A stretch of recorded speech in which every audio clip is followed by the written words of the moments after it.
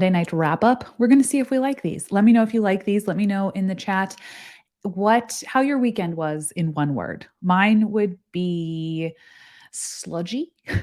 If that makes sense. It actually ended really well. We had a birthday party at one of my neighbors' houses, but the rest of it was just kind of like I didn't feel good. I felt like we did so much that I didn't want to do, but we didn't accomplish anything. And my children just, those, if you have kids, those endless demands. Anyway, that was my weekend. How was yours? Let me know. I thought today would just be kind of like a chatty chit chat. Let's wrap up the week. We'll update things that need to have like loose ends tied up. We'll talk about the Minnesota Nurses Association strike. We will do gaslighting bingo with two emails that happen to accidentally fall into my email.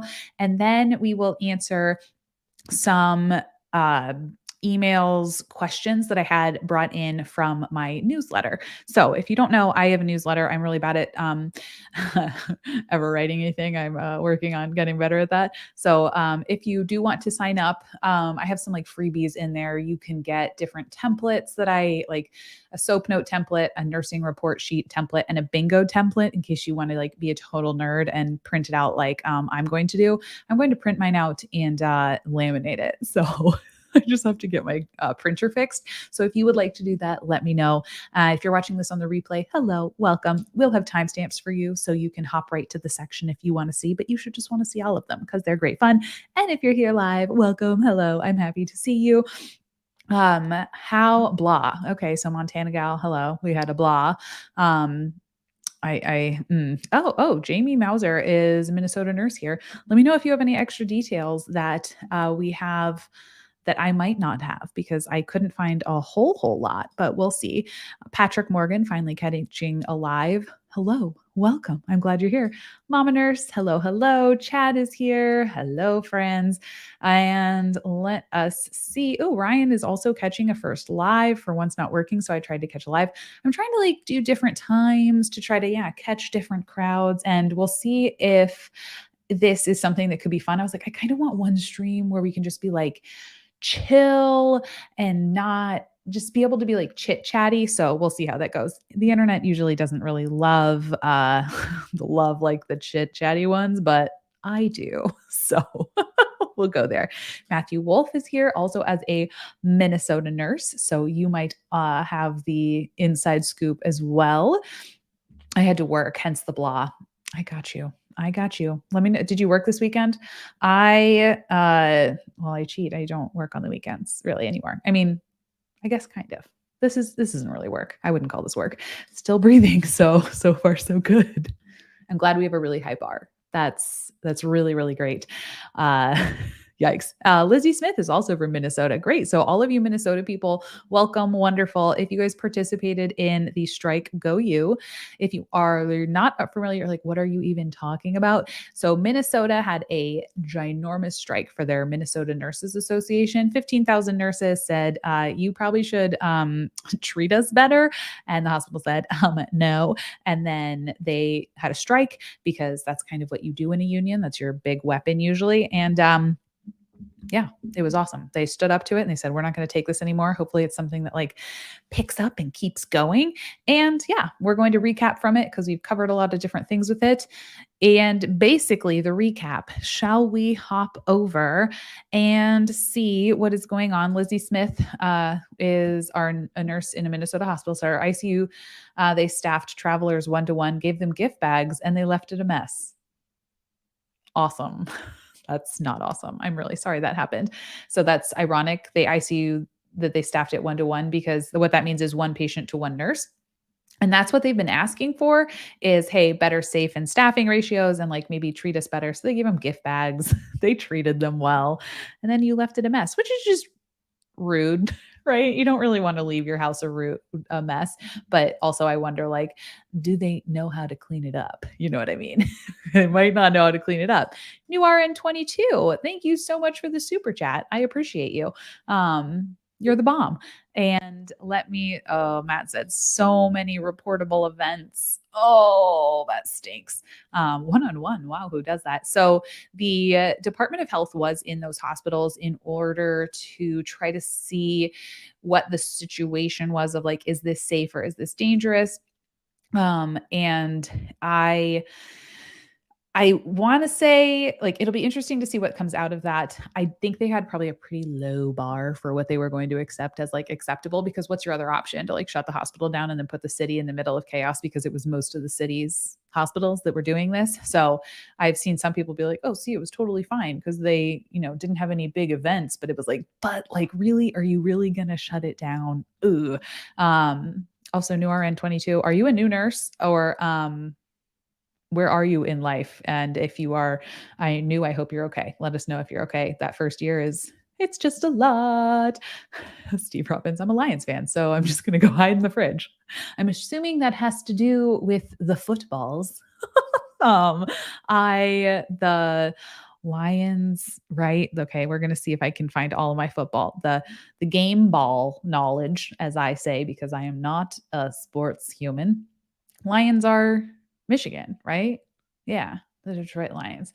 Uh, they're not usually very good, but the people who love them so much. I lived in Michigan for a little while and did not become a Lions fan. I guess I'm technically an Eagles fan because my whole family is.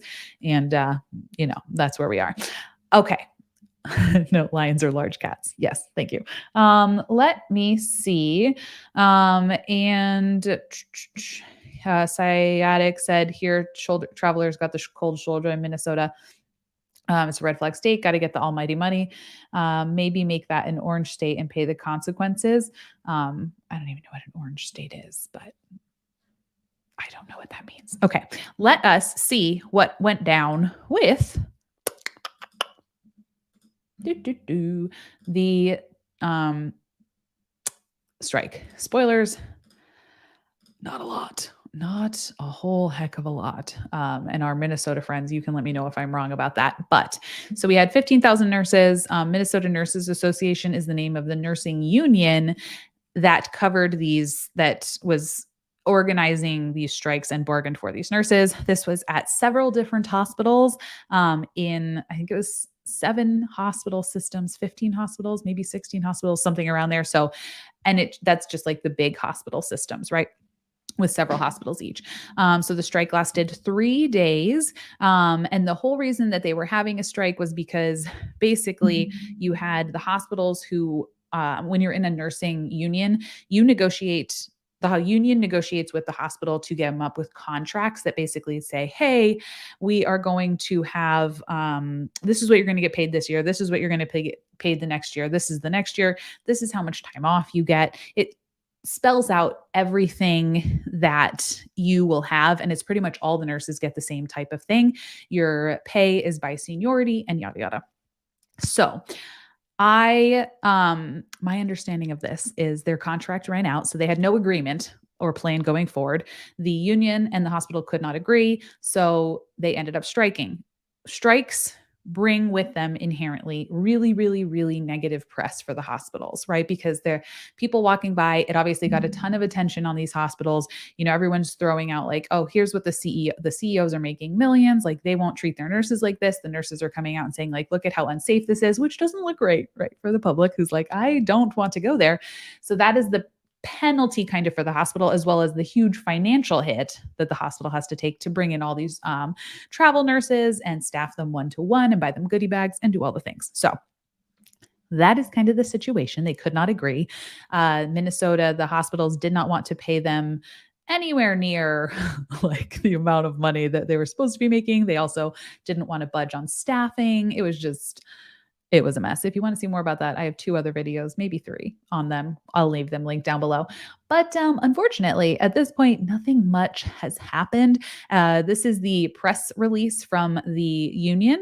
So as the 3-day strike concludes, nurses stand ready to resume negotiations. So they went back to work to win fair contracts to protect patient care and nursing profession at the bedside. After hospital executives canceled previously planned negotiation sessions this week, nurses look forward to working towards a fair contract as bargaining meetings are scheduled for the coming week. So the nurses had actually, from my understanding, reached out to the hospitals and said, hey, let's try to negotiate this week and see if we can end this strike early. And the hospital's like, no, we'll just wait till later. They had already paid all the travel nurses, so I'm not like shocked. But now they have to kind of meet again and see what's going to happen. Like try to come together again. Right now, I know their salaries is the nurses were asking for, I think, 30% raise over the next 3 years. And the hospital was like, how about 10? So they have a large gap to make up. And if you look at like inflation, what inflation is projected to be, it's about 30%. So that's why the number seems big, but it's literally just the projected cost of living adjustment from the government. So I was like, well. So I don't have a great update other than that, is that not much has changed. Initially, I was like, oh, that's a really huge bummer. Like, what was even the like, that feels like nothing happened, because usually it doesn't get to this. Usually when you threaten to strike, then the hospital all of a sudden comes up with, they're like, oh, actually, we can't actually budge on all of these things that we've said we couldn't budge on in forever. So it's like a stupid, like, who's going to play chicken game. But with this one, I mean, it's never good when it goes to a strike because patients do lose.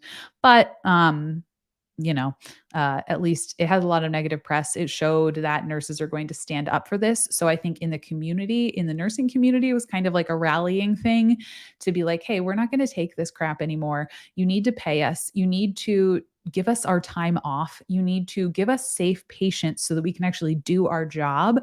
And we need to have, there were other safety measures they were asking for too. Like, hey, maybe we should put in metal detectors so that we stop having people coming in and doing all of these great, awful things to us. You know what I mean? So as far as I know, that's kind of where we are. Bunch of negative press for the hospital. They lost a ton of money. And here we are. That's kind of where we are. They included, just to remind everyone, all of the salaries of the CEOs. So 3.5 million, 2.69 million, 2.4 million, 1.7. We have talked about Fairview a lot. That's 3.5 million. So there's a lot there's a lot of money going around there. So that's kind of the update there. If you have any other updates, by all means, do let me know. Let me see. Okay, perfect. Do let me know. But that was, Matthew Wolf says there was a lot of screaming coming out of one of our hospital's NT rooms at the end of our last negotiation session. Yikes. So that's between the hospital and the nurses union. So I'm not sure, honestly, what happens now. I mean, you have to go back. Matt Wolf is clarifying. I'm abbreviating your name, so I guess we're on like nickname basis now, Matthew. He was clarifying this is the pay raise that the hospital was offering, was an 8% raise, a 9%, and a 12%. And yikes. And Lizzie Smith clarified that union nurses have gotten 0 to 3% raises per year over the past 10 years, agreeing to 0% raises during the recession. So like they're already behind, right? Because we've already seen you should be getting more of a raise than that every year, right? In order to match the cost of living adjustment. So you're already behind. Already behind. Matthew Wolf, is that what? Oh, so it might differ by hospital. I'm not sure. Matthew probably should have a YouTube channel, not me. So theirs was, we want 8, 10, 9, and theirs was 3, 4, 5 in terms of raises. But bottom line, I don't think anything has been agreed on. Montana Gal says we get $1 per year. So yeah. That's where we are. Not a lot has been agreed on. As far as I know, there haven't really been a contract agreements going on, but we will keep watch and we will see. If you guys hear anything, if you know anything, as always, you can email me. Here's my youtube@gmail.com. Let me know. There's a lot of other strikes going on too. If you guys like me covering strikes and updating you on that type of stuff, let me know. If these types of videos are, so just leave a comment, be like, oh yeah, I like that. If these videos, if you like them, tell YouTube, just give it a little boop, do compressions on the like button an odd number of times. It helps save the video and tells YouTube what to do. Mr. Midwife says yes. I assume that means yes, you like it. Perfect. I agree, Deborah Baum. Executive suites everywhere need a cap. Yeah, there's no reason why what you're doing makes you like worth, how much, what did it say? It told us it was 30 pay ratio to an average RN, 40-1. You're not 40 times more valuable than a nurse. Like the work you're doing at the end of the day, there is no way that it's that much. So yeah, and we can keep covering different strikes and kind of looking at those types of things because it sounds like lots of people like that. Okay, allow us to move on to part 2 of our video. That was a very short update type of thing. Let's move on to everyone's favorite section. And by everyone, I mean mine.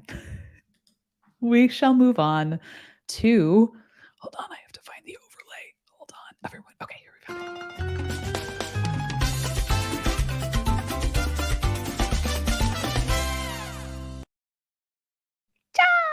My favorite. Okay. So if you are a subscriber to my email list, then you should have received in your email the Gaslighting Bingo that you can download in case you want to, go around and like play the game against other random people.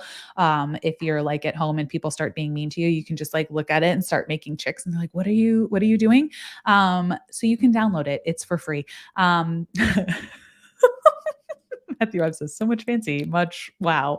That was my husband. When I showed him this, he was like, wow.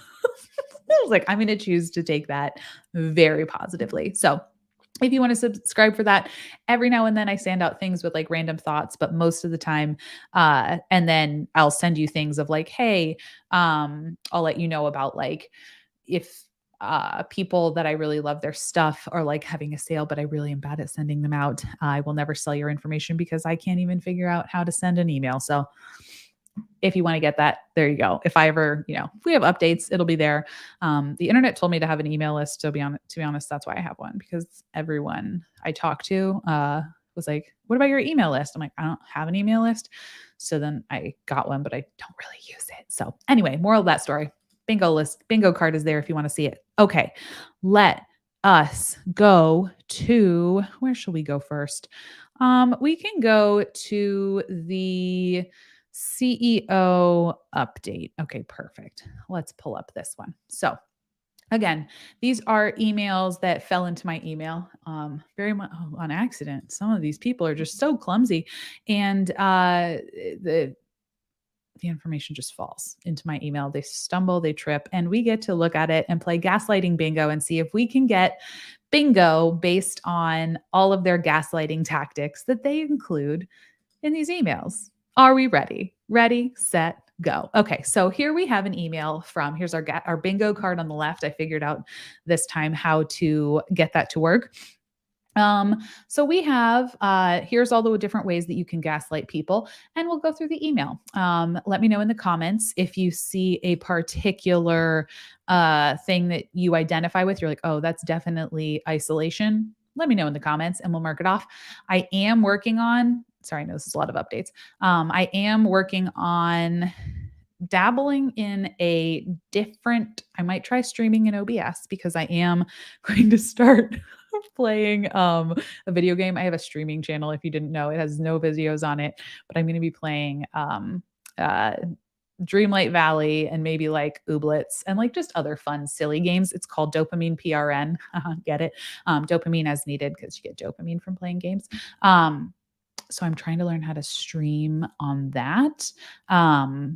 But I haven't actually done it. I went to go do my first one last night, and I didn't realize that you have to have a channel for more than a day in order to be able to share it. So let me find that really quick, and I'll share it in case you want to subscribe and watch me play random video games. I can promise nothing about the quality, other than it's going to be a good time. Let me see. I was very proud of the, go here. Not going in OBS is a streaming software. So, we're trying to get fancy. Okay. Let us do the actual thing. Let me know if you someone remind me to show you the icon that Joe made, I came up with, and then he brought to life, because I'm so proud of the logo. I was like, I'm way more proud of the logo for my fun random spinoff channel that no one's going to watch than for my real channel where I don't even have a logo. Okay. Bingo. Okay, Fairview CEO update. Dear colleagues, earlier this week I attended a new employee welcome. So this is an email to set the scene that went out during the strike. Okay, from the CEO who makes 3.4 or 4.3 million, a large number of millions, many, many millions. Uh, Earlier this week, I attended new employee welcome and welcomed more than 200 people to our organization. It's a really awkward time to start working somewhere is while all the other employees are outside striking and being like, we hate it here. That's got to be awkward. So this is for like other just new employees that are working there. No doubt it was an interesting day for those new employees to begin their journey with us. That's putting it lightly. I ask you to remember the last time you started a new job and recall the first day jitters where you wondered, what will it be like? What makes this place different? Well, the fact that all the nurses, all of my colleagues are standing outside on the street, that makes it pretty different. But who knows? Um, Matthew said it was the scabs he's talking about. Okay, got it. So scabs is like people, nurses who are coming in to cover the strike, to like stop the bleeding, I think is what it is. So that's the first big difference I would say is that all the other employees are standing outside. So that's interesting. At new employee welcome, we talk about our new colleagues and about our mission, our values, and our vision, which is money. Do you tell them that? Do you be like, hi, I like money. We are trying to make money here in our for-profit hospital. I bet you don't. We want new employees to know right out of the gate who we are and what we stand for. Hi, we're the villain and we enjoy money. We do enjoy that people are sick so we can exploit them. We will not pay you well. Do you say that? I don't think he probably says that. These qualities guide the work we do every day from caring. You do that. Oh, you care for people every day. That's interesting. From caring to patients to processing invoices. You process a lot of invoices there, buddy. Helping to keep our spaces clean and safe and everything in between. On Monday, we specifically focused on two principles that are foundational to the Fairview commitments that we ask everyone who works here: respect for people and continuous improvement. I don't know if this is from the people, the travel nurses, because you would have thought they would have done orientation before, right? Because Monday was the first day of the strike. So I wonder if this is for actual employees who are starting on this day, which is just makes it so much funny. Respect for people, except for our employees. Again, he kind of forgot that part. We're having projection. Yes, projection is one of our bingos. Perfect. Okay, so we have this spot right here. We have this. Respect for people is so core to who we are that it is baked into everything we do. That sounds like lying. And we also had some distraction. Exactly, Montana gal lying. We have some distraction because they're like, remember your first day? Going back. Remember for your first day? On Wednesdays, we wear pink. That's a good point. Travelers are not employees. So this must have been what they sent out to their actual new employees. Perfect. Using kind and loving words as weapons. Exactly. D. Kelly. Perfect. So we have lying, using kind and loving words as what? Projection. And what else do we have? I can't wait till I print mine out and then I can actually keep track of it because right now I never can. So we've got this kind of thing going on. So we need distraction and isolation, which we already had distraction. Never mind. We had distraction because they were like, remember that time? So we just need isolation. Liz, you don't have a box for fling poo. It's too touchy of a subject. I still am struggling from that event. Can't have it on there. Yeah, so they're respecting people except the people that work there. In orientation, the group talked about how important it is for us to demonstrate respect for each other. Are you kidding me? With pizza, that must mean what they mean. We respect you and we show you that by giving day shift pizza and night shift, you can have the leftovers. Do we pay you more? No. Do we give you safe ratios? No. But we do respect you by making sure your name is on the whiteboards. We really want your patients to know exactly who you are. So we prioritize making sure your name is on the whiteboard and your patients know who you are. Vomit. So yuck. Yuck. Whether it's a hello when people walk through our doors, or just giving a little bit more to ensure our patients have what they need. Just give a little bit more. So that's like gaslighting as heck, right? Where you're just being like, can you just like give a little bit more? That's use what you love as a weapon of like, hey, you're doing great. But I need you to just like give a little bit more. We're not going to give a little bit more as the CEOs. We can't give any more, but we need you to just kind of do it, even though we're not paying you. Right? Because you love it. You did this. This is a calling, right? Oh, um, to ensure our patients have what they need, because you want your patients to have what they need, right? You don't want to let your patients down, do you? It's also critically important that as we welcome our nurse colleagues back from their strike. So, and we also have to do this to our nurses when they come back. Sir, I think you're like the only one who's mad. Everyone else was like supporting the nurses. So you are the only one. Is this like a self pep talk to yourself? Like, hey, sir, I can't, what's his name? James. James, we cannot, what did we say, James? We cannot be mean to the nurses when they come back. Okay. We must say hello. We must say hello, James. Okay. Maybe this is just the pep talk that he is giving himself. Across M Fairview Health, we have the best in class care teams, which includes our incredible nurses. Well, I'm glad you're giving them the credit for that. So here we have some very, very nice, where are we into like complimenting people, using kind and loving words as weapons. So this is when you start being like, well, they complimented me, so maybe I'm not, like maybe they are looking out for me type of thing, but they're not. But they are not. Okay. Matthew Ives says, oh, don't be silly. He's never talked to a nurse before. He's like, yes, the nurses. They're the ones that run around in the white skirts, the white dresses, right? Yes. They fan the doctors to keep them cool. Those ladies, right? Yes, James. Yes, you're right. Which includes our incredible nurses. As our M&A nurses return to work this week, we will remember our commitments to respect for people and continuous improvement. But will you remember that? Because that's pretty much what they would like, is they would like respect and continuous improvement. So that's that's very, very interesting. Mr. Midwife, white skirt and my dignity. I would love to see you in a white skirt, Chad. The dress with the hat, please. Because we all know James probably doesn't know that men can be nurses. Okay. So we're not going to break that to him this week.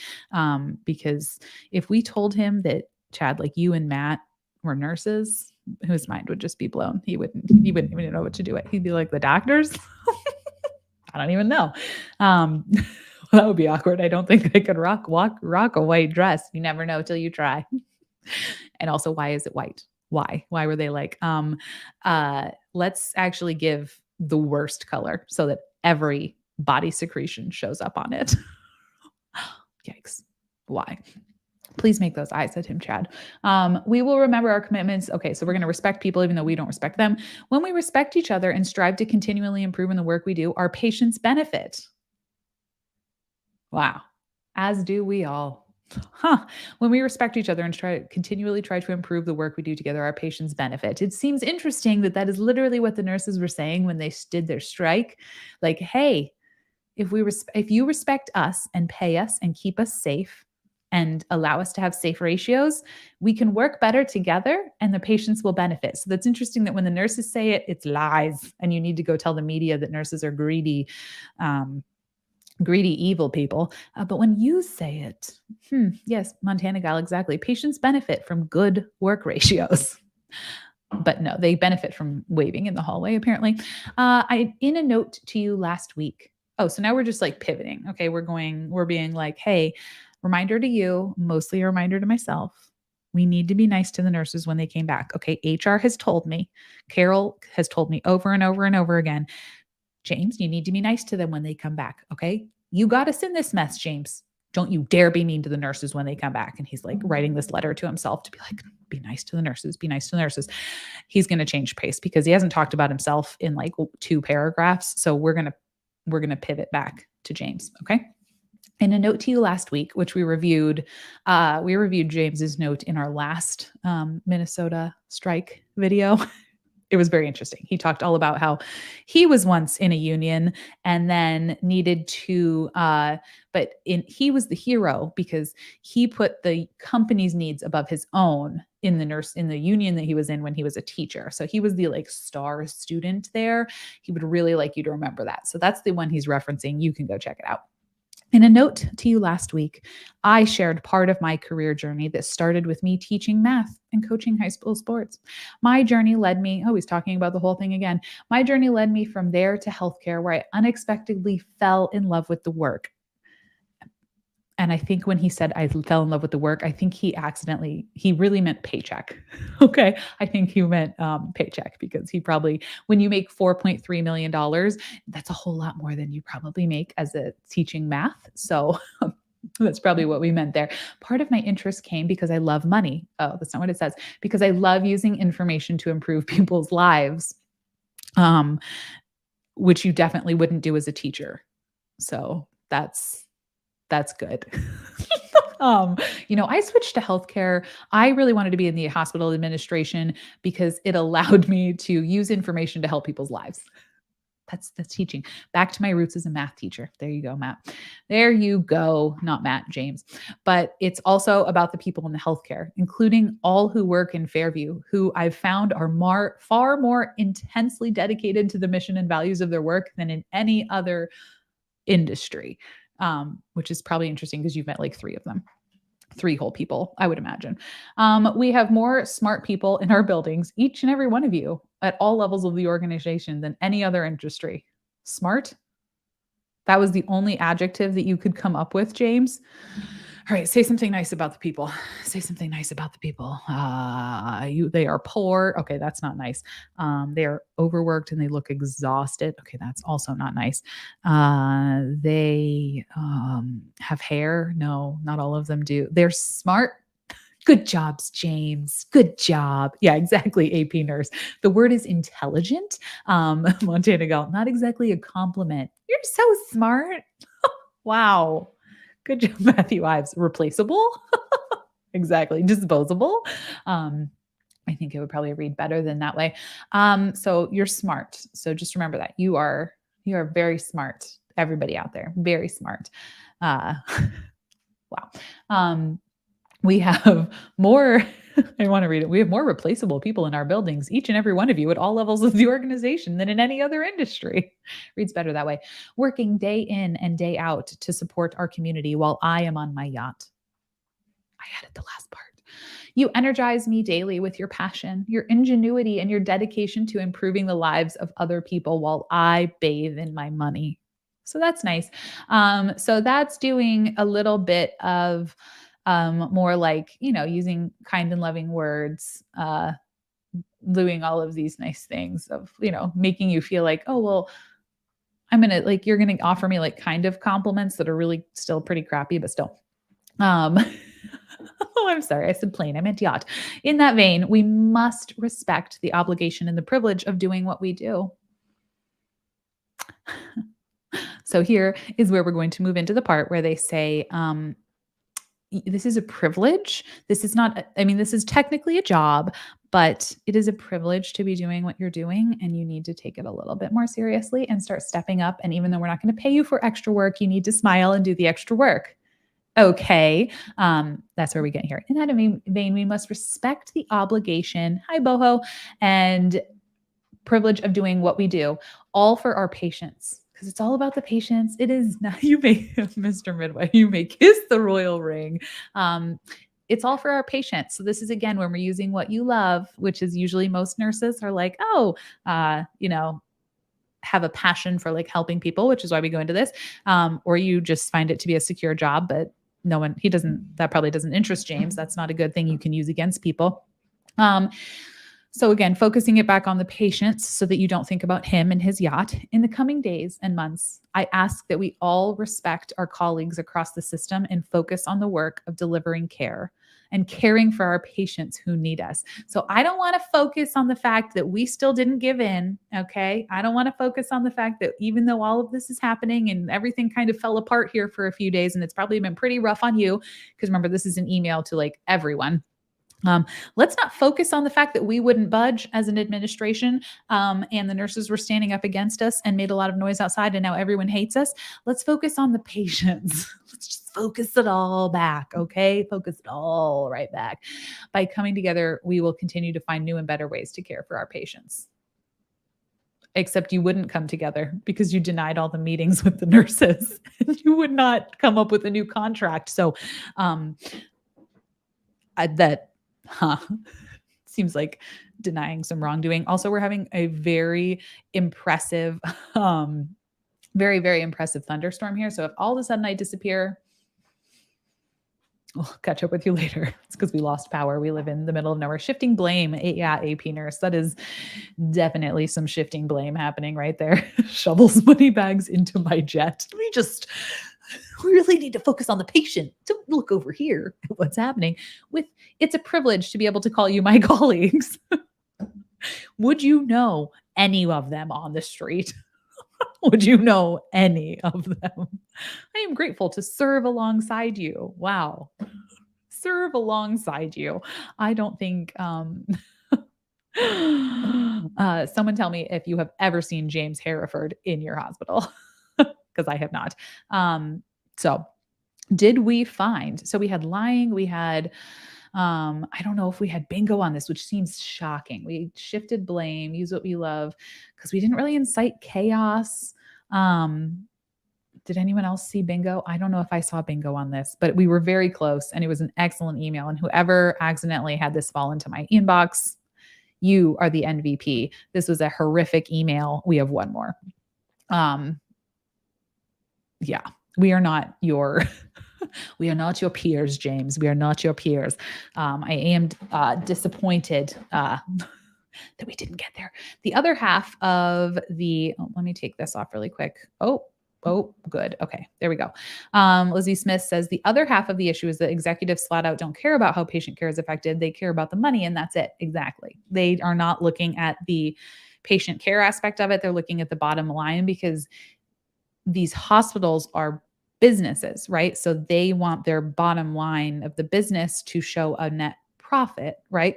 Which is inherently what all of this comes back to, as this is why this model is really problematic, because if you benefit off of humans being sick, you are always going to cut as many corners as possible because you're going to make smart business decisions. It's just that business doesn't really mix well with compassion, right? So that's where we are. Okay.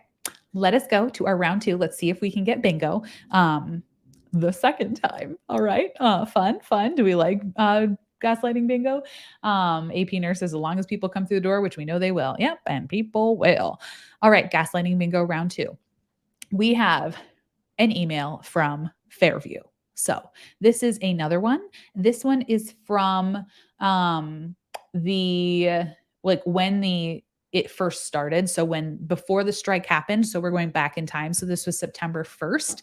And this was just something that they sent out as kind of like a scare tactic. Okay. So we're going back in time now. Fairview, MNA, Minnesota Nurses Association represented nurse. We're disappointed to receive the Nurses Association notice of intent to begin a 3-day strike on Monday, September 12th. We ask that you thoughtfully consider to come to work and to care for patients during this time. So I know you're striking, but please come to work. Please just come. We ask you thoughtfully reconsider coming to work to care for patients during this time.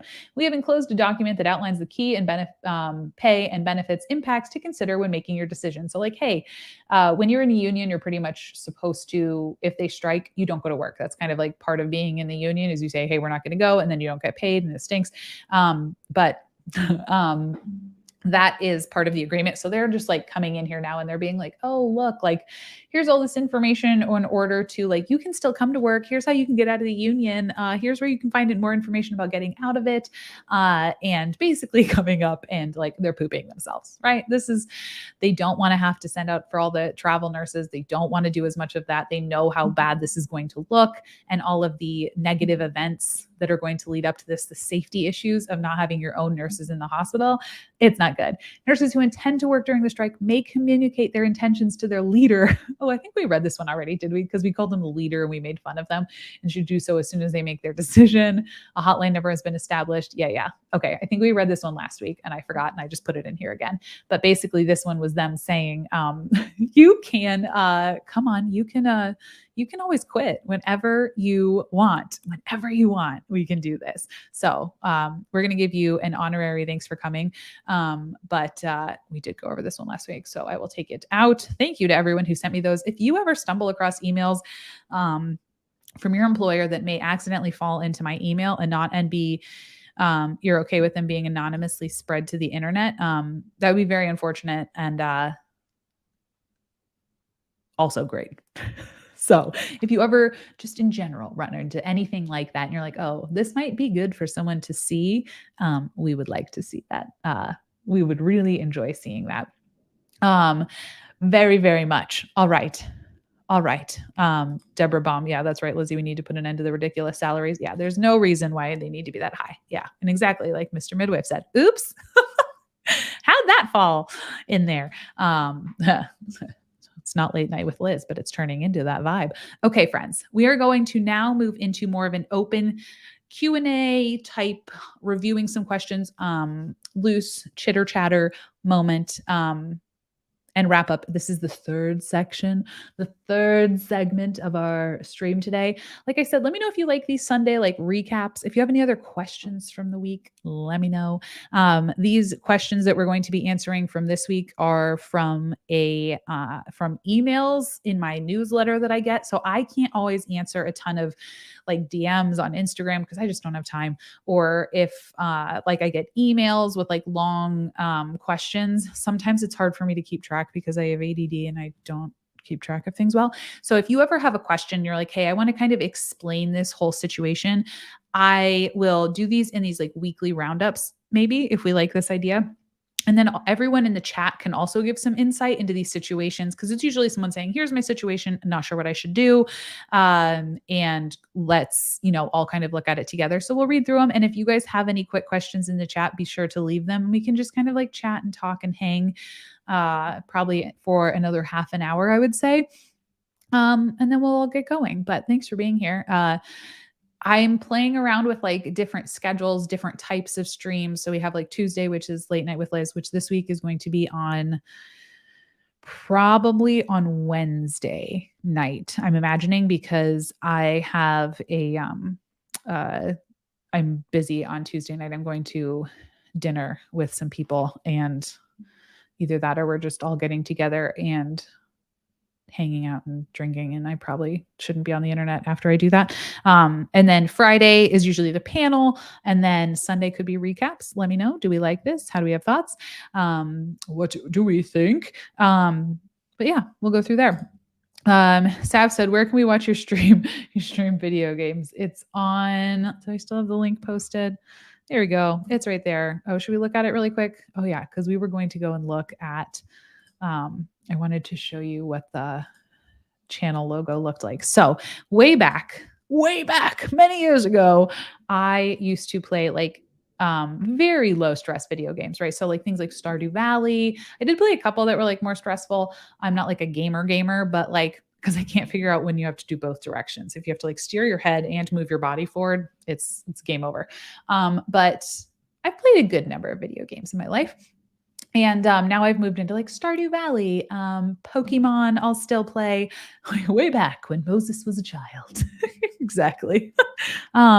So I like that. But then I had children and I didn't have any time for it anymore.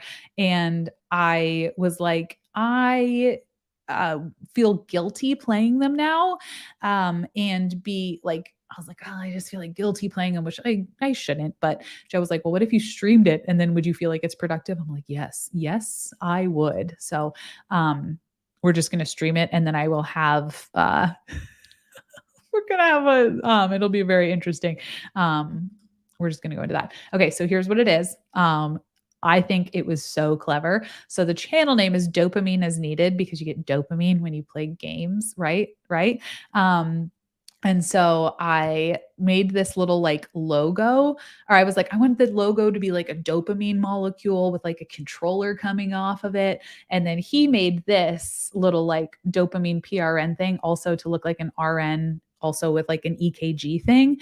Um, uh, oh, um, Mr. Midwife Joe is my husband. Yes, AP Nurse, my hubs is the real MVP. Yes. So this is my YouTube channel for random game streaming. We're going to start with Dreamlight Valley because I grew up at like Disneyland like all the time. And so we'll start there and we'll see where it goes. It might not, I might do one and then be like, I don't get it, but it seemed like it would be fun. Nor Elias that I need lots of dopamine. Me too. So we'll see. We'll see what happens with it. It is a very different, it will have nothing to do with healthcare. Um, we'll see what happens with it. Should be fun. Should be a fun and interesting experience in life. Okay. Let's imagine that there's like a transition here. We'll give you a visual transition. I was going to make one and then I went to a birthday party. We'll go there. Yeah, I mean, legal dopamine would be great. Yes. So if you also have any type of I'm trying to think of what other games I played.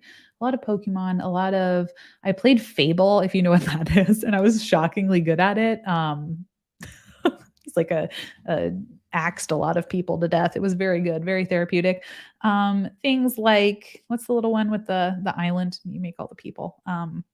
That Animal Crossing, duh. So yeah, okay.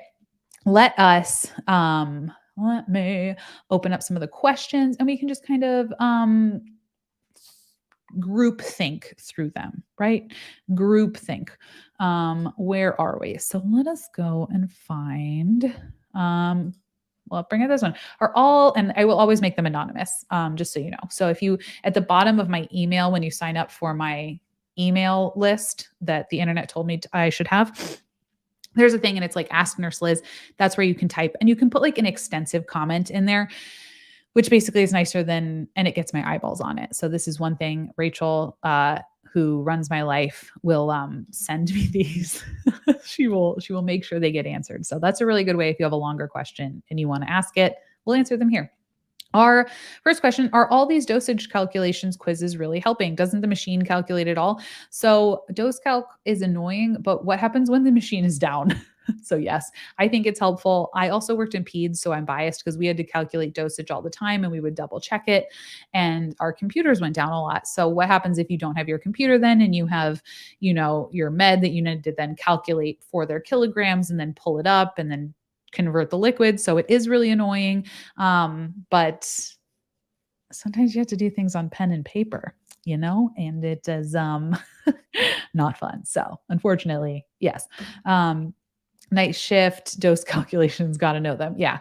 If you are working night shift and the power goes out, like it's going to take them a while to fix that. I'm going to move over here because this is apparently where I decided to put this post. So that was interesting. Or verifying the dosage calculation. Exactly, Matt Wolf.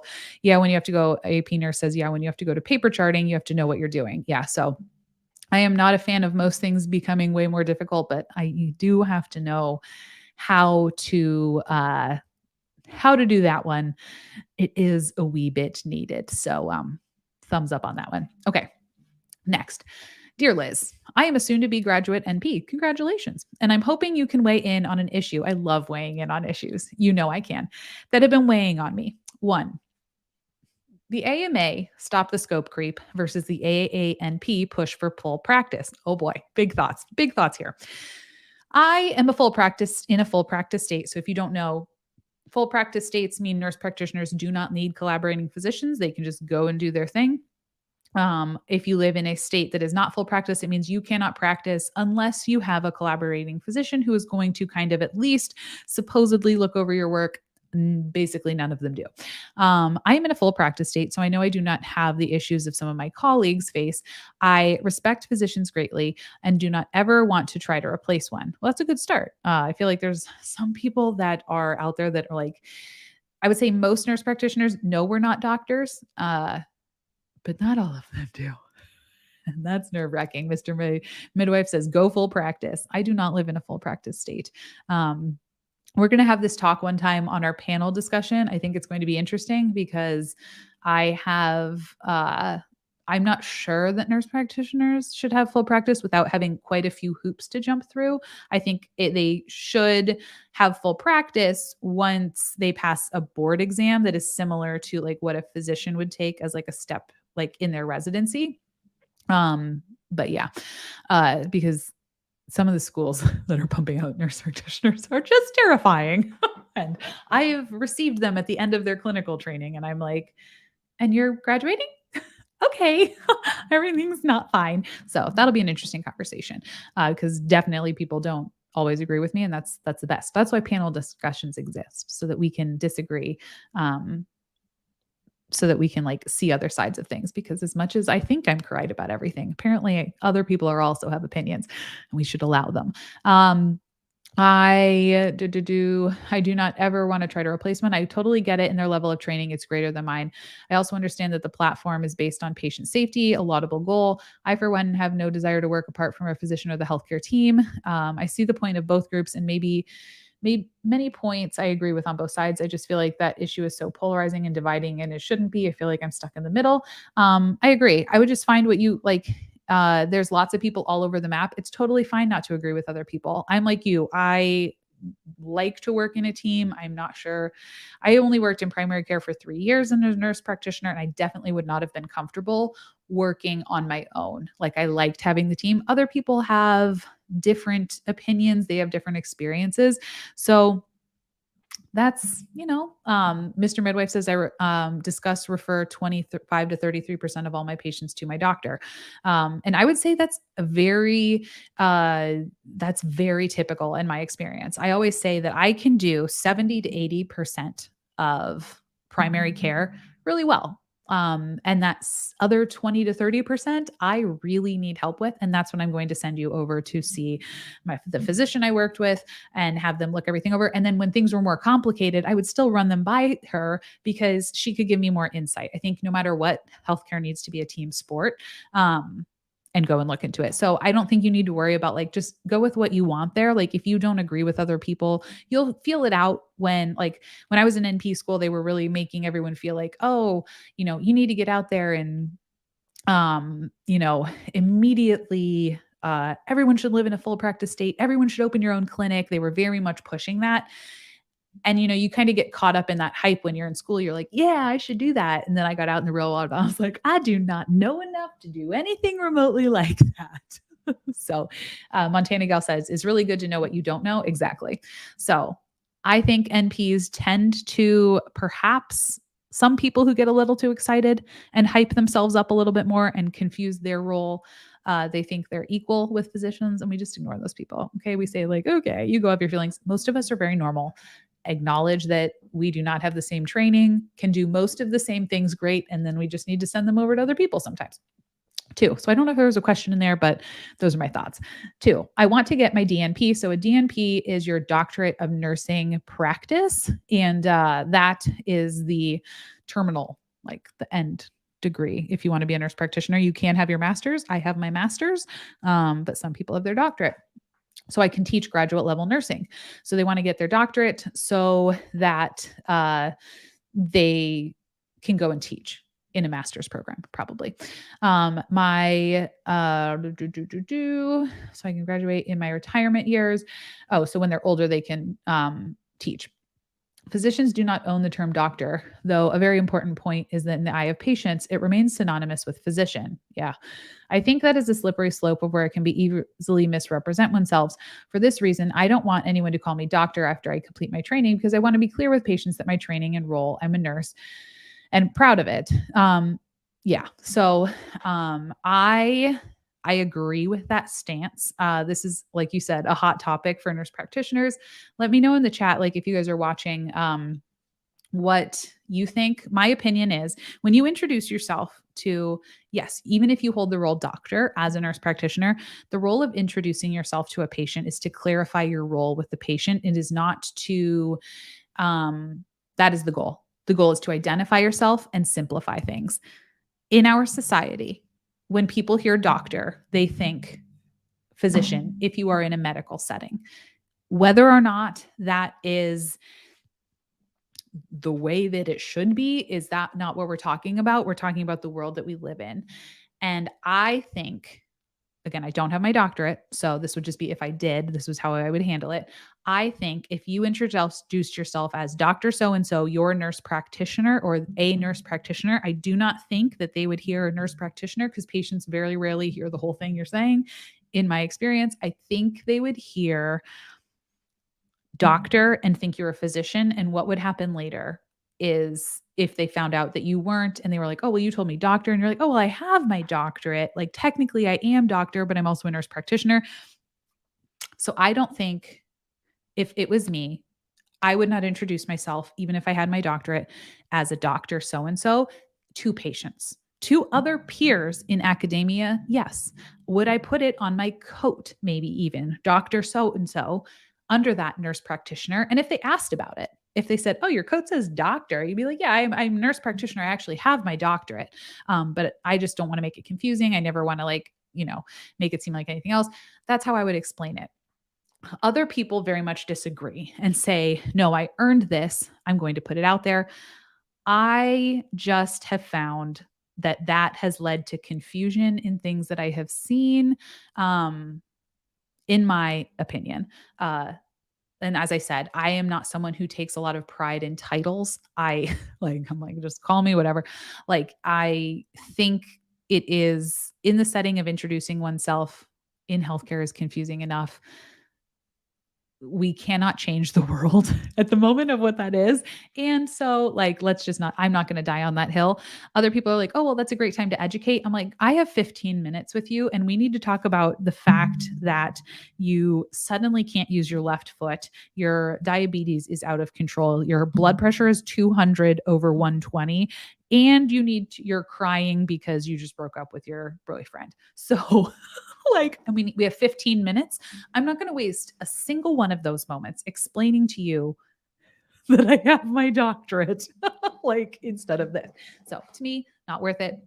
Let us see what some of the people are saying. Mama Nurse says, don't use doctor as an NP. Nope.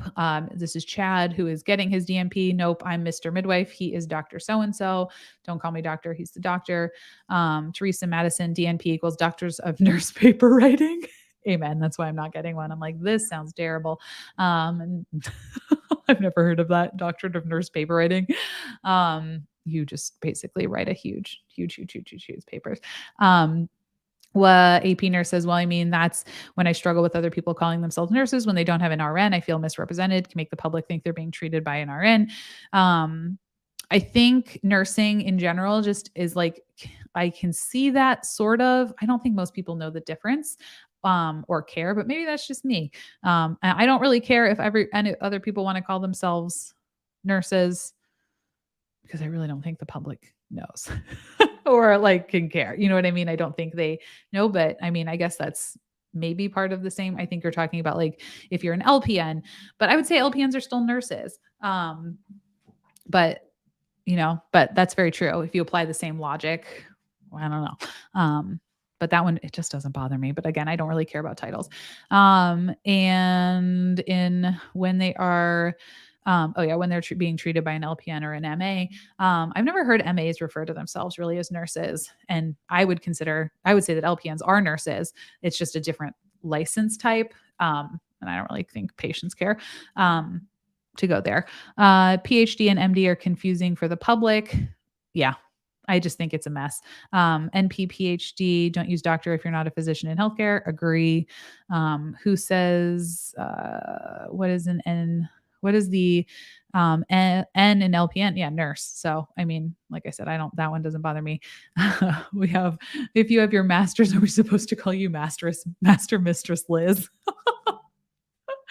Oh, that, I used to, like, joke around and say that, and then I realized, like, that sounds real racist and messed up, so I can no longer go by that, but I did used to, but then I realized, I was like, "Oh," I moved to, like, I started realizing that that was probably not something that I should be saying, and it probably could have, yes, a more intense slave experience. was like, I don't really, that's not what I intended ever. Um, but I think someone would like actually called me out on that. And I was like, oh, oh, you're really right. Thank you for that. Um, if you normally know, we call Liz your majesty, obviously. Obviously, queen of YouTube. If a patient is a queen of, I will take the title queen of nurse tube. If nurse tube becomes a thing, I will accept queendom. If a patient is unable to understand the basic legal medical advice, it's probably not better to confuse them more. Exactly. That is where I land. Like, let's not make this any more confusing. It's not about the title, but how you make the patient feel. Exactly. It is, I agree, Miriam Anderson. I agree. No, being graduated from, what is no? Oh, without requiring candidates to having a minimum of 5 years, it's really concerning. No comparison with anything MDs or MDs. Yeah. Oh, NPs. Got it. NPs are graduated from nurse practitioner school online without requiring candidates. Yeah. Nurse practitioner school is a hot mess. Okay. It's a hot mess. I struggle with talking about that topic because I don't want to, not all nurse practitioner schools are bad. Many are. And I feel like if I come out and talk about it, it's just going to be a grounds for, it's going to be used as a weapon against, like a lot of like the AMA and other places who are going to be like, look, even your own nurse practitioners think it's a dumpster fire of an education system. But at the same time, I have seen a lot of really scary and terrifying things. And I think there's a lot of diploma mills. And when it's done well, it's done well. I think NP education can be 100% better. So I don't really know how to go about talking about that because I don't want to put a target on our back. But at the same time, I think something needs to change, but not everywhere. You know what I mean? It's not well regulated, but there's just a lot. I have failed some students from clinical that I know their school then passed them from, even though I said, do not let this person out in the public. Uh, they got to go out in the public. So it's a mess. Let me see. Just got my RN and my mom is an MA, but all of our family asks her for medical advice and always refers them to her. She's really smart. MAs learn a ton because they're like my MA like saved my life. She was like the best. When I was especially new, she like told me how to do everything. She's like, you're going to want to order this. I was like, oh yeah, I'm going to want to order that. Thank you. Massive props and respect to MAs. And, moms know everything. So unless you're young, older moms, moms, everyone, don't come to me. My whole family, my mom has been a nurse for many, many years. They go to her for medical advice. They never ask me. I'm like, thank goodness. I'm dreading the day if they ever switch. Norley says, should I become a physician then and not try to pursue an NP or a DNP? So I recently made a video on this. I will find it really quick and I will link it. I would not go to medical school. I don't think unless it is like your passion in life. Why I didn't go to med school. Let me link it. Here we are. Okay. I think if your passion in life is to be a physician and to take care of people and you want healthcare to be your life, go to med school. You're going to learn so much more. You're going to have a much more well-rounded education. You will be the expert in your area upon graduating. But if healthcare is just something that sounds interesting to you and you want a life outside of it, I wouldn't necessarily recommend being a physician. Residency is like hell on earth. You're working 80-hour weeks in a city or a state you didn't really want to live in because they place you if you get a spot at all. Med school is brutal. The loans are insane. It's going to take you years to pay that back. If you ever want to work part-time and not full-time, how are you going to pay back your loan? Like it is great if you want that to be your life. I was always just like interested in healthcare. I was like, oh, that sounds interesting. Like I could do that. So if you're in that case, Norley said, let's talk. Mr. Woodwife said, let's talk. I have some thoughts. Chad, share your thoughts about med school. I'm curious about them. We have to weigh your pros and cons. I think PA school is a great alternative too. PAs have a much better education program. They require you to have a bunch of hours going into it, inpatient care things. They have way more clinical hours. It's way more structured. Is it the end all be all? No, PA school could use a lot of improvement, but nurse practitioner school, man, whew, my school was pretty good. We did a bunch of extra clinical hours that weren't required because the school didn't think there was enough. Um, but it's horrifying the amount of schools that just try to push you through. Teresa Madison said, I've met many Ivy League NPs that think their training was a dumpster fire too. The person I am referring to went to an Ivy League. Who did all of their clinical training at a flu clinic, and I was their last rotation. There was an FNP program. And so all of it was at a flu clinic except for the last 40 hours, which were with me. So I said, this person is not ready. They were at an Ivy League school and they did graduate because even though I said she is not ready. Yikes. Yikes. Because I was like, you obviously don't, not to your fault, but they placed you at all all flu clinics and you weren't going to learn anything really at a flu clinic in terms of being a family nurse practitioner. So Chad said my school was great. My school was also pretty good. Yeah, my school was also quite good. I feel like, NP school, the elite era said, I feel like NP school should be set up the same way as PA school. There are too many routes to choose from. I agree. It's a hot mess. Flukas said, wow, that's very sad. NPs can fill a vital need in healthcare, but what I've heard gives me a lot of pause. When I go for my NP, I will be very choosy of my school. Sorry, need water. Okay, and let me write a note to myself. I'm doing this without second opinion. I know. Because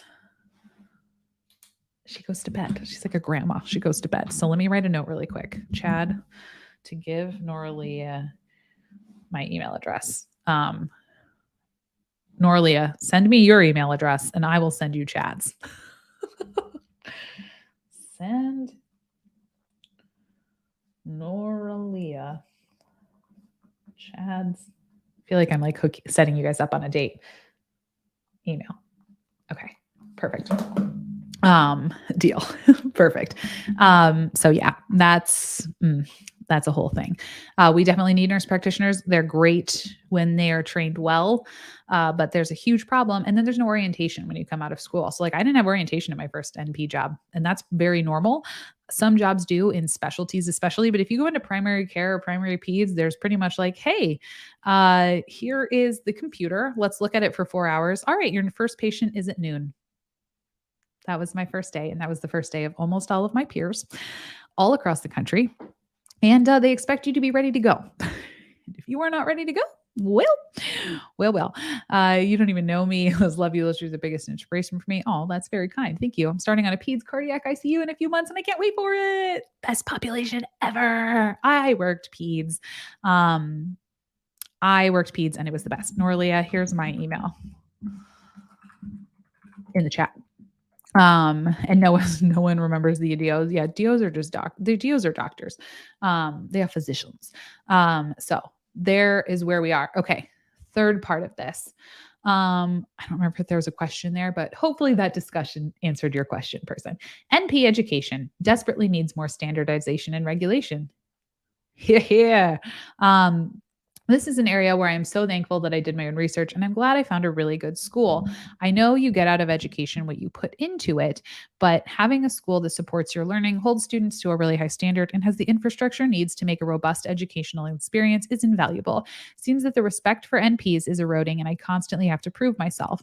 I think there needs to be changes in distance education for NPs and more standardization. I also think that schools should be more involved in their students' clinical site selections and rotations. Getting a good precepting experience should not be up to the students.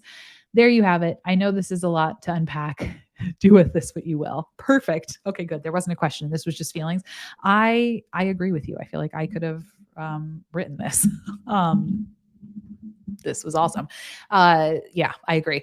So nurse practitioner school usually doesn't even find you your rotations. You have to find them yourself.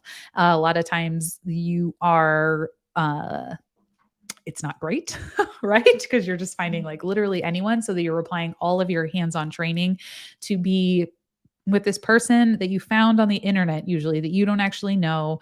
And what if they hate teaching? And it's not standardized. Someone might like do a Zoom interview with you. You might not have any in-person training. So my program had a lot of in-person training. A lot of them don't even have in-person training. So then you're like relying on who knows who out in the field that no one has ever met to train you completely. And it's not enough hours. So yes, here. I agree. One day we will talk about it. I just don't know how. If anyone has any tips for that, do let me know. Do let me know. Okay. Second email. And if you guys have any questions, feel free to leave them here. We can chat about them here as well. Hi, Liz. My name is blank, and I was born and raised and currently live in Rochester, New York. I have worked in healthcare and am a medical records secretary, administrative clerical support specialist. That is a name since 2008. So someone who works in medical records dealing with helping people access their medical records, right? I had just took on the over 15 years in both inpatient and outpatient settings. I graduated with an associate's degree in medical assisting in 2006 and took on the clerical side since we trained both clerical and clinical. I'm 38 and ready to be accepted to 2 colleges, especially since my GPA is 3.545 overall. I'm planning to go back to college for registered nursing and want to do an RN, BSN, RNC, OB, and delivery, OBGYN, LDRP nurse. That's a lot of letters. RNC, registered nurse, OB. So I think those are specialties. I think. I'm really not sure. If anyone knows what all those letters means. Nursing loves letters, and to add like a million to them after your name to give you a ton of specialties. So I think they want to go to be a nurse and work in labor and delivery. I'm still a little hesitant. I'm hoping that making the right decision and looking for and following you. I just want to introduce myself. My apologies for this being long. No, that's perfect. Okay, good. Mr. Midwife said no, they're certifications. Yeah. So after you pass your NCLEX and you're a nurse, you can take certifying exams when you've worked in your specialty for long enough. That's okay. Good. That's what I thought it was. I was like, I think this is a certifying exam. It is. Perfect. So that just says I'm really good at being an OB nurse. And thanks to all the OB people in the chat. Being like, this is what this is, saying that you're really good at that. If you can just interview as many people as you can, obviously you kind of are familiar with the setting working in healthcare. But the thing I always tell people is if you're worried about like, am I too old? People always think like, oh, I'm too old. How many more years are you working? Will you be able to pay off your loans in that time? And will you regret it if you don't do it? At 38, you have so much time left in the workforce. I hate to tell you. So it's very likely that it will be worth it. This is what I say for like med school too, for people who are like super wanting to do that. Will you have enough time to pay off your loans? Is this something how long will you be working? If by the time, like, when do you want to retire? Balancing all of that, there's still cool jobs in nursing. I loved my peds many times I've been like, why did I ever go into primary care now that I'm like super burned out from primary care? I'm like, why did I ever leave like that job? But I left that job because I didn't want nights, weekends, holidays. You know what I mean? So like, there are cool nursing jobs. There are, labor and delivery is super cool if you're into that. I'm not. I'm really glad you people are. I would not have the patience to deal with anyone. I'd be like, did you think this was going to be fun? And that's not the attitude those people deserve. So I think if you're interested in it, you've been pondering it for this long, you're already familiar with it. There's so much you can do with nursing degrees too, especially with your background. Go for it. You know what I mean? Like if you've really been thinking about it this long, go for it and see what it is. You're kind of walking in with your eyes wide open because you have already seen so much of it. You know what I mean? It's hard when you've never been in healthcare. Like my vision of what it would be like was very different than what it was because I didn't have any experience other than my mom was a nurse. But if you've already been in it, you know what I mean? So go for it. Just go for it. And then if you don't like it, you can change your mind. You can always change your mind. Go to a state school so that it's not bonkers expensive. You can pay off your loans. And then if you end up hating it, you're like, well, that was an interesting life experience. Let's move on to something else. You know what I mean? It's always, always, always, always, always okay to change your mind. Always.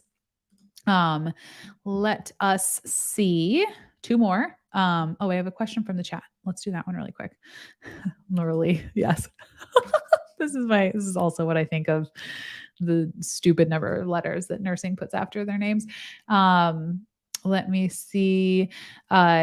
You don't even know me says, any quick tips for starting on a peds ICU? I watched your video on the peds population, but I don't know if there's a different approach in the ICU. I don't know.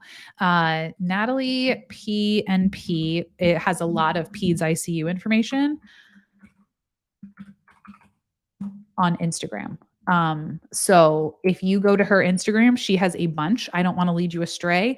I have worked on a general peds floor as well as a mid whatever moderate care. Liz, I can't see your face. Oh, well, it's over here. Thanks, Chad. But I don't want to lead you astray and tell you something when I have not worked in a peds ICU. So I'm going to refer you to there. Thanks for letting me know, Chad. So there we go. We have, okay. So, hey, Liz. So sorry, that was kind of useless, but it's very important to know what you know and what you don't know. And I hope you very much enjoy it. I loved peds. Absolutely love peds. And I hope you have a great time. Yeah, I hope you do. Hey, Liz, this is going to be a bit strange question and maybe TMI. I love TMI. In the past year or two, I've decided that nursing is what I was put on this earth to do. I genuinely believe that I'm here to serve, and help others. However, I have a conflicting background. I have PTSD and a lot of unresolved childhood trauma related to my family. I'm sorry. That's hard. Recently, I started working as a CNA for the remainder of my nursing program so that getting more experience in a hospital before hopefully becoming a nurse. I've only been at the job for a few days, and every night before work and every morning on my way to work, I get extremely intense homesickness and it gives me anxiety and depressed feelings. I so relate to that. I literally cried every day on my way in for like 6 months because I just felt like that homesick. I just want to be at home. I don't want to do this. It makes me want to tell someone that I have a family emergency so I can go home and curl up in a ball and cry. I recently realized that this may be because the hospital has so many things that trigger my trauma subconsciously. I have a lot of guilt related to my family who I'm not in contact with. This guilt has to do with not being able to help them. I suppose that because I now am in healthcare helping others, it triggers my guilt of helping all these other people and not helping my parents.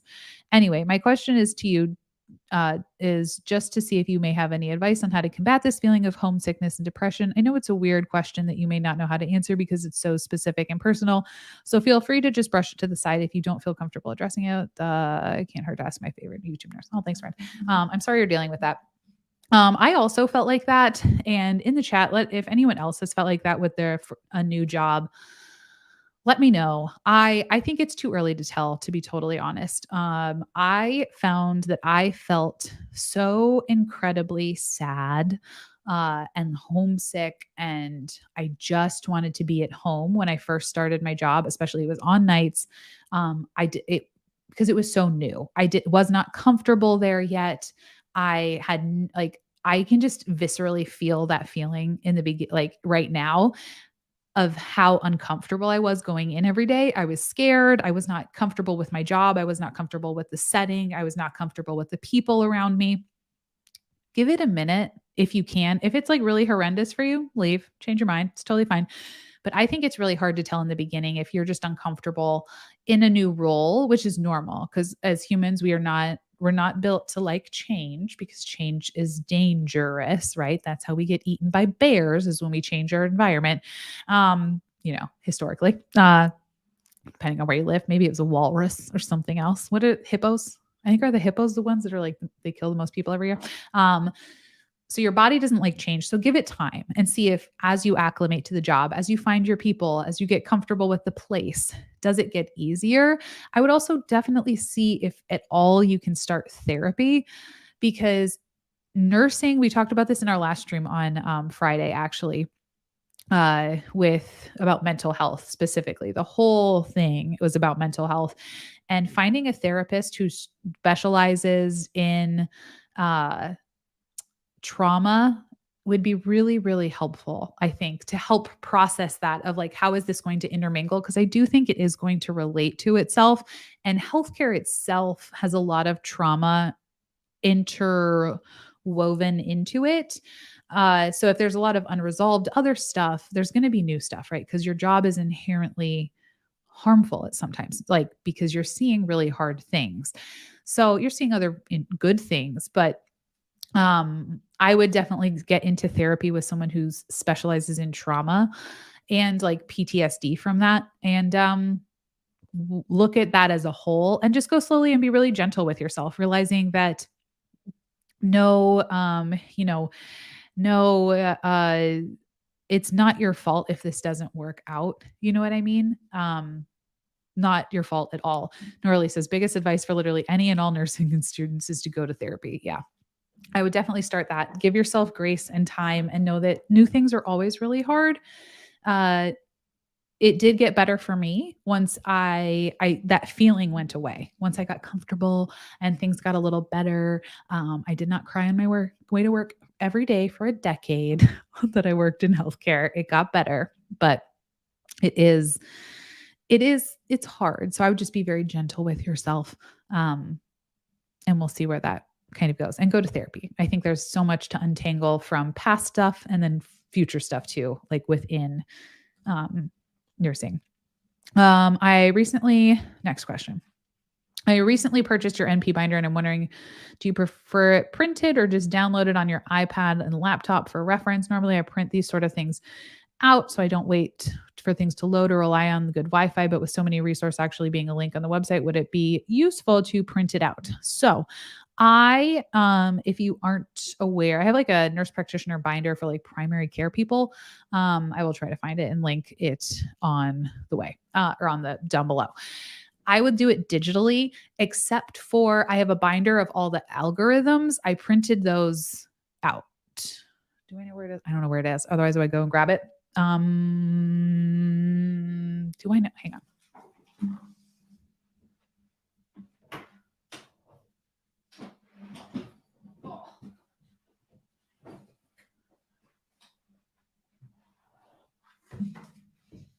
Okay.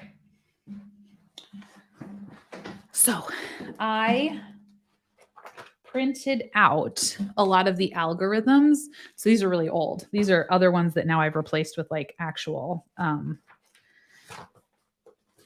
hard copies. Some of the stuff because I'm a nerd, it depends. Basically, some of the stuff I printed, all the links I kept on I just left as links on my desktop of my computer or my laptop that I could really easily pull up.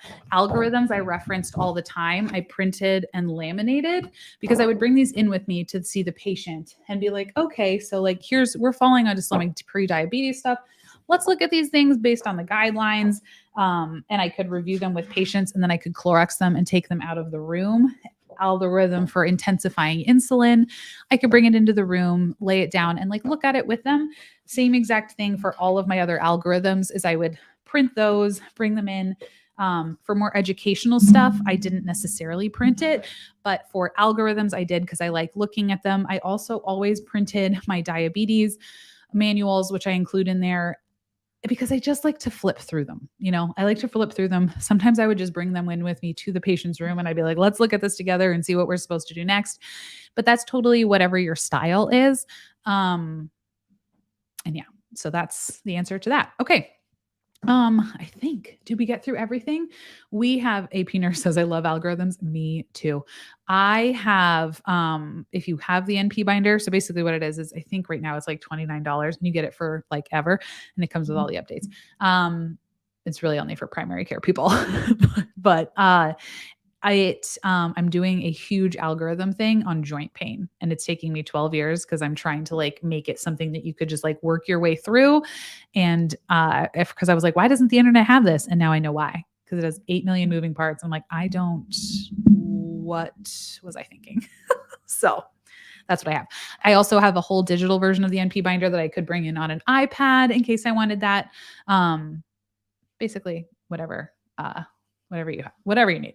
But it's totally up to you. Some people I know, I always gave a version to my students. And a lot of them liked it just like totally digitally. But I'm usually older than them. So I was like, here's my paper. They're like, why wouldn't you just have that on your iPad? I'm like, because I like paper and I like sitting down with my patients with paper.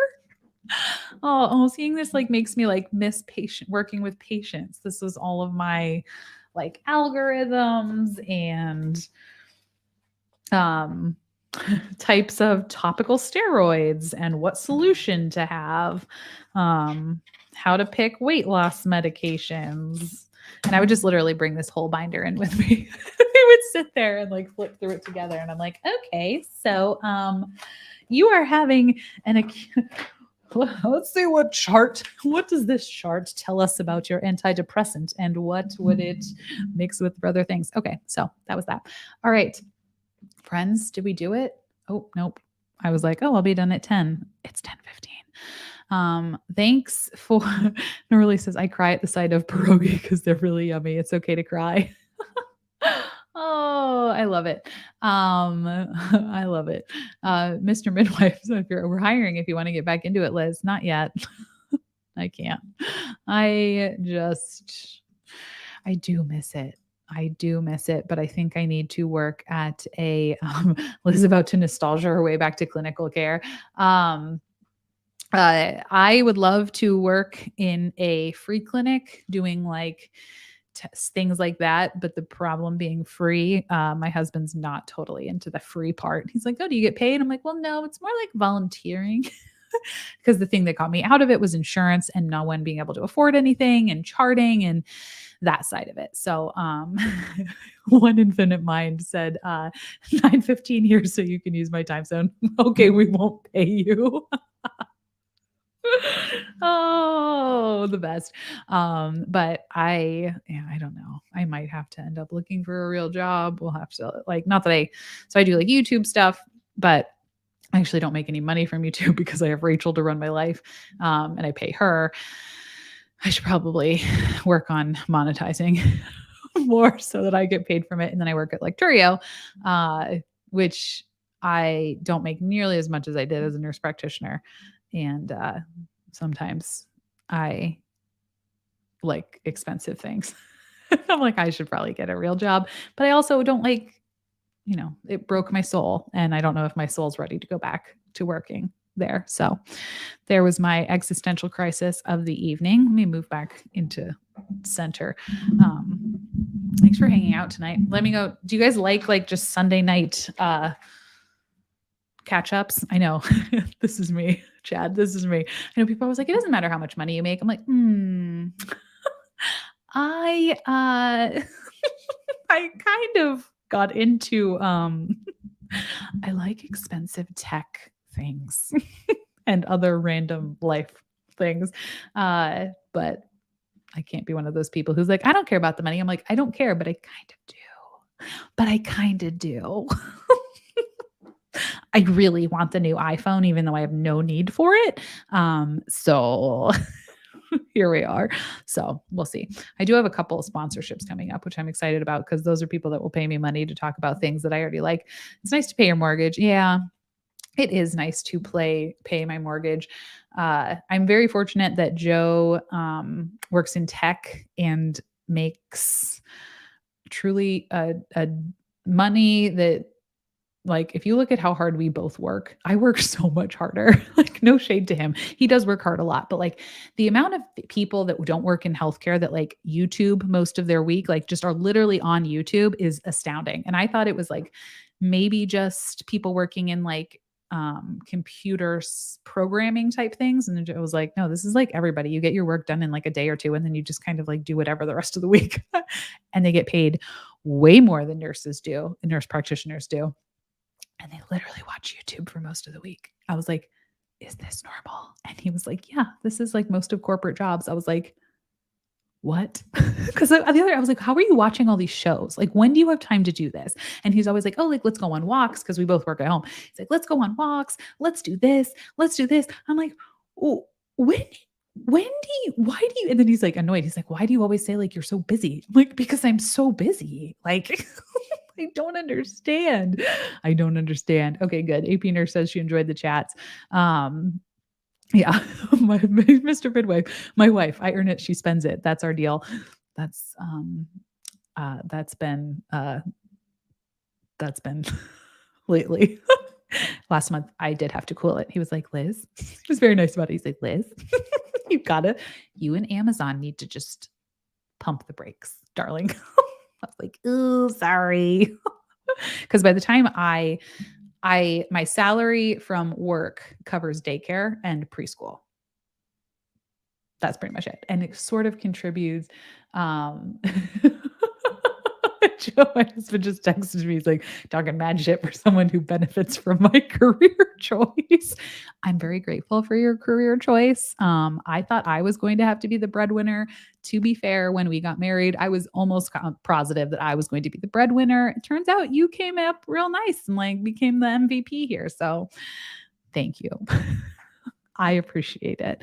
I'm in the wrong biz. Yeah, we are in the wrong biz. We work way too hard compared to the rest of don't get me wrong. Like we do a really good, we work really hard. We're well compensated, right? In healthcare in comparison to a lot of other jobs. I always say that the jobs that I worked when I made minimum wage were the hardest. Like I worked physically. Well, nursing was pretty hard too, but I worked really hard as a waitress and all this other stuff. And I did not make a lot of money. But when you really look at big tech and all of that, it's very, very interesting. And of course, Joe watched this live stream. He does not watch a ton of my streams. So of course the 1 minute where I'm talking crap on him. I wasn't talking crap on you, Joe. I was just explaining that your job is just not the same as mine. Let me see. Someone had asked about an echo. But Joe, we're very grateful for Joe because Joe is the reason I can do YouTube, because there's no way that if he was not super supportive, financially and emotionally and with our time, where most people will be like, oh, I would like to hang out with you on Sunday night and do all of these things. And he's always been very, very supportive of letting me do that. So just a little shout out to you, Joe. Thanks. Thanks, my dude. Everyone liked your what was it called? The thing for the other channel. Someone asked about an echo. Oh, Matthew Ives says, has anyone tried the echo core thing that you add to your stethoscope? I have not.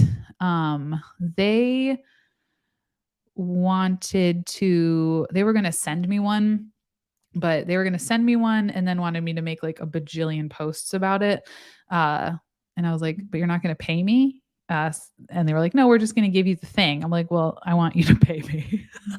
Also, if you want me to also do a bunch of these things. I was like, if you just want to send it to me, that's fine. But then they were like, oh no, we want a YouTube video and all these other things.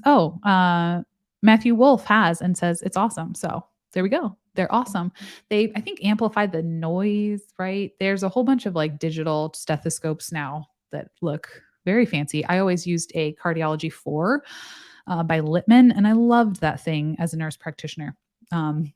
You could sell it. That's true. I didn't really think of that.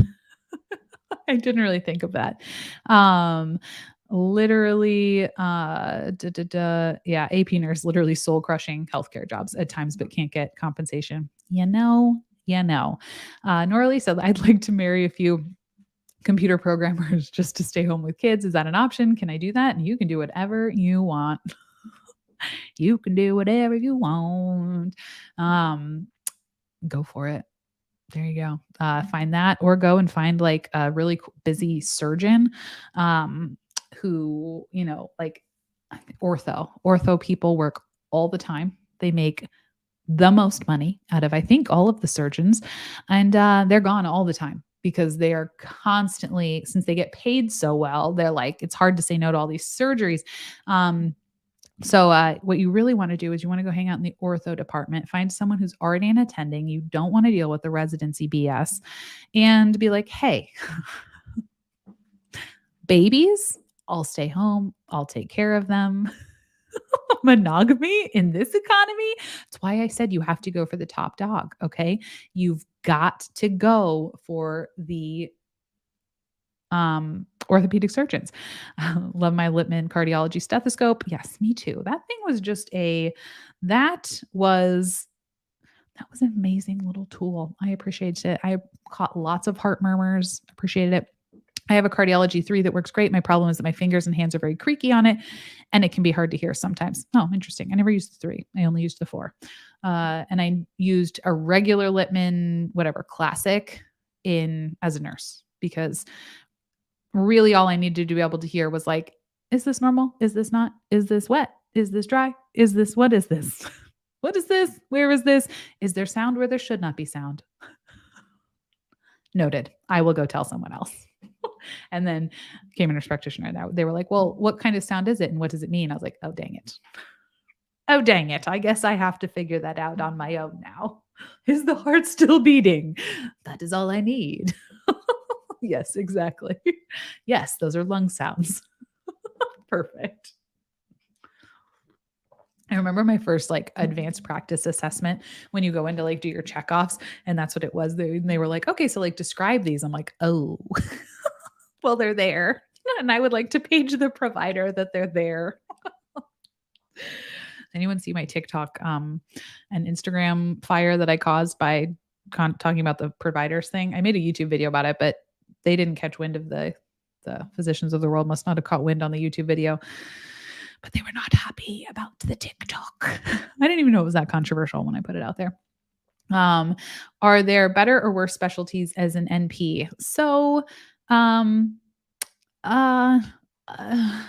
your soul, for your wallet, there's all sorts of things that can be better. I did primary care as an NP. That's the only thing I have done. And it was excellent from the point of view of like, I loved having long-term relationships with patients. I loved getting to know people and being their trusted person. I loved catching things. I loved educating and seeing the progress. Hated the charting, hated that my patients couldn't do anything I recommended to them, hated that I was supposed to fit all of this into a 15-minute appointment that they waited a whole year to come to because they couldn't afford the appointment in the first place until things started getting really bad. Hated all of that. And then hated that even when they could afford it, the insurance company still said no. So that sucked. My friends in specialties seem to have less emotional damage.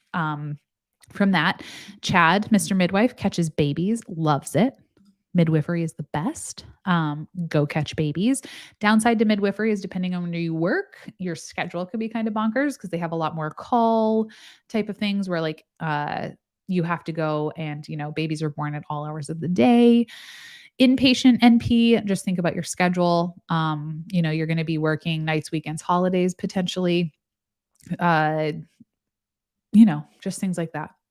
Do you want to know your patients long-term? If you work in a specialty, you're going to have a lot less of that. If you are more interested in like digging deep into things and having a narrower field of what you need to know, because the other con of, doing, the other downside of doing primary care is you're supposed to know a little bit about everything. And that's really hard. So if you go into a specialty, you have to know less, but then you're, interaction with people is a little bit less. So there's all like pros and cons. It totally depends, up to you. What type of humans do you like? Do you like really sick humans, more stable humans? Do you like them to be inpatient or outpatient? Do you like them do you want a long-term relationship, or do you want to work in an urgent care or an ER where you fix and ship? You know what I mean? So just some things to think about. I have Teresa Madison said, I have a 2, I'm assuming a cardiology 2. My preceptor told me not to listen so hard. I found too many anomalies.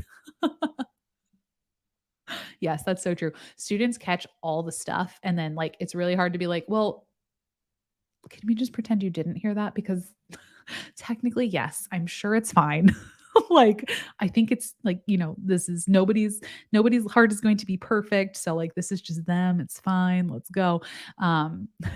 So I totally know what you mean. Sometimes people are like, my students will come back. They're like, they have this like thing, this one dot on their index finger when I was looking at it, and their reflexes are like +2 over here and +3 over here. I'm like, oh boy. Oh, wow. You go, Glen Coco.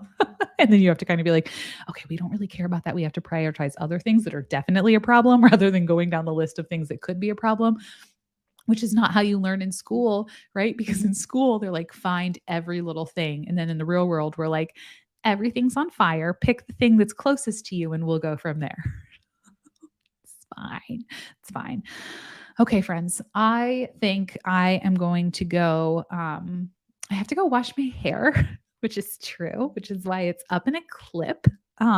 So I have to go wash my hair and then go to bed. and do that. So thanks for being here tonight. I like these Sunday, like chill, hang out, less structured, less doom and gloom, only a little bit of doom and gloom. I'm kind of bummed we didn't get bingo, but that's where we are. If you're here live, welcome. Not welcome. Thank you for being here. I appreciate you. I was like, I don't know if anyone's gonna do this. Wash your hair at 11 p.m. You know what? Mom life. I'll sleep with it in a towel. It's fine. My secret hope is that my children have been invading my bed. So they come in every night and then I don't sleep at all and they don't sleep at all and they scream and cry, but they hate it when my hair is wet. They're like, oh, this pillow is wet. So I'm kind of hoping, that if we do this, then they won't be in my bed. My hair is permanently clipped. Same. It's been normally I wash it like once a week because curly hair, you're not supposed to wash it that often or it dries out. It's been more than a week and it's starting to like clump together. I'm like, is this beginning to do like dreadlocks on accident, which is like cool when it's on purpose, but when it's not on purpose, it's less cool. Let me tell you. Like, ooh, isn't the look we were going for. You want to see it? I have no shame. I'll show you. I went to a birthday party, so I tried to like see it's like clumping. I'm like, this is not, that can't be good. So yes, I'm gonna go shower at 11 p.m.